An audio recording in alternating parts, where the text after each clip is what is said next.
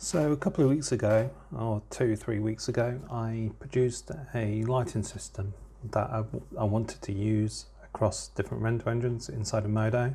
So V-Ray, Octane and MODO's internal renderer were the ones that I wanted to use it with.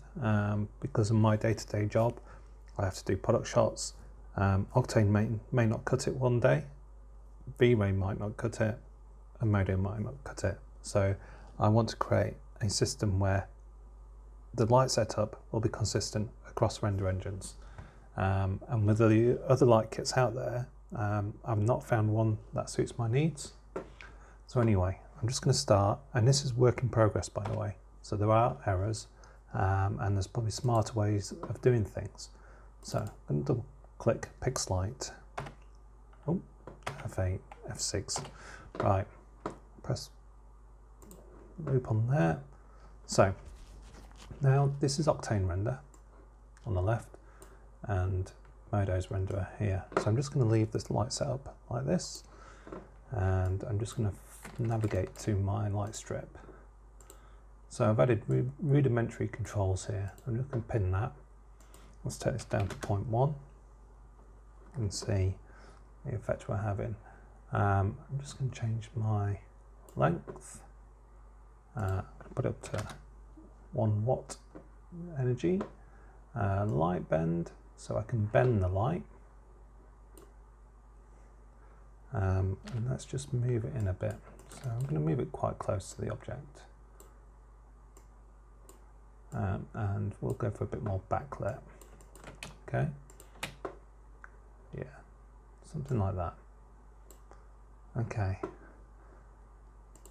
So Octane MODO, I can roll the rig, bend is quite useful. I turn the camera visibility off. Let's move that over that way. That's kind of nice. The light grad, so now more intense light with a fall off, much more intense. Let's put the grad back in. So 1 is 1 repetition, 2 is 2 repetitions, and my gradient has started from white to black to white. I'll probably change that the other way around. We'll see, because on one level at least it fades to black, which is good for what I want. Light strips, not so many. Okay, let's pump that up to 3. So yeah, I think that's pretty cool.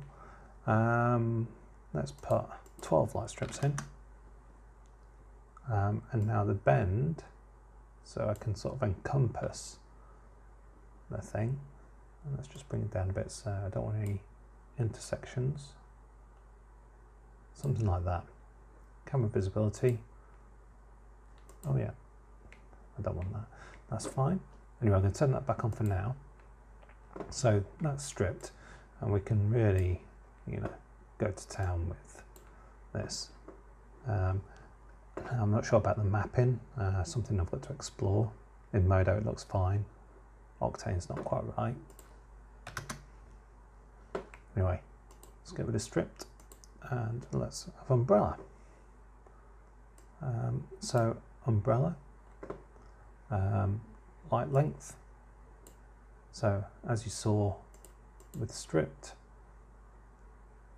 that changes the length. So I've just tied the two together, really. So I think it's point to point is the highest point. And let's put multiple spots in. I can change the sides.